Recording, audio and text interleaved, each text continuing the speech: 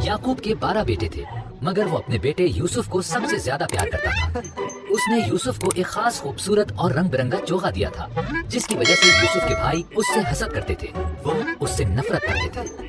यूसुफ ने बड़े खास ख्वाब भी देखे। उसने कहा, मैंने ख्वाब में देखा कि हम गंदुम के पूले बांध रहे हैं और तुम्हारे पूलों ने मेरे पूले को सजदा किया है। तब यूसुफ के भाई उससे और भी ज्यादा नफरत करने लगे। यूसुफ ने एक और ख्वाब देखा, सूरज, चांद और 11 सितारों ने मुझे सजदा किया है। ये सुनकर उसके बाप और भाइयों को गुस्सा आया। तुम्हारा मतलब है तुम हम पर हुकूमत करोगे? एक दिन यूसुफ के भाई खेतों में भेड़ें चराने गए। उन्होंने देखा कि वो उससे मिलने को आ रहा है। उन्होंने मंसूबा बनाया कि वो उसे कत्ल करके उसके ख्वाबों का खात्मा कर देंगे। रोबन ने कहा, अपने ही भाई को मारना दुरुस्त नहीं, हम इसे इस खाली कुएं में फेंक देते हैं। उन्होंने उसका खास चोगा उतारा और उसे कुएं में फेंक दिया। इस्माइलियों का एक तिजारती काफिला मिस्र को जाते हुए वहाँ से गुजरा। यहूदा ने मशवरा दिया, हम यूसुफ को इनके हाथ बेच देते हैं। बस यूसुफ को चांदी के 20 सिक्कों में बेच दिया गया।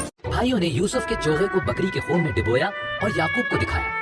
वो रोने लगा, मेरा बेटा मर गया है। इसी दौरान यूसुफ को मिस्र ले जाया गया, लेकिन खुदा यूसुफ के साथ था। मिस्र में इस्माइलियों ने यूसुफ को फिरौन के एक सरदार पोतीफार के हाथ बेच दिया। खुदा ने यूसुफ को बरकत दी और उसे कामयाब किया। पोतीफार ने यूसुफ को अपने पूरे घर का मुख्तार बना दिया।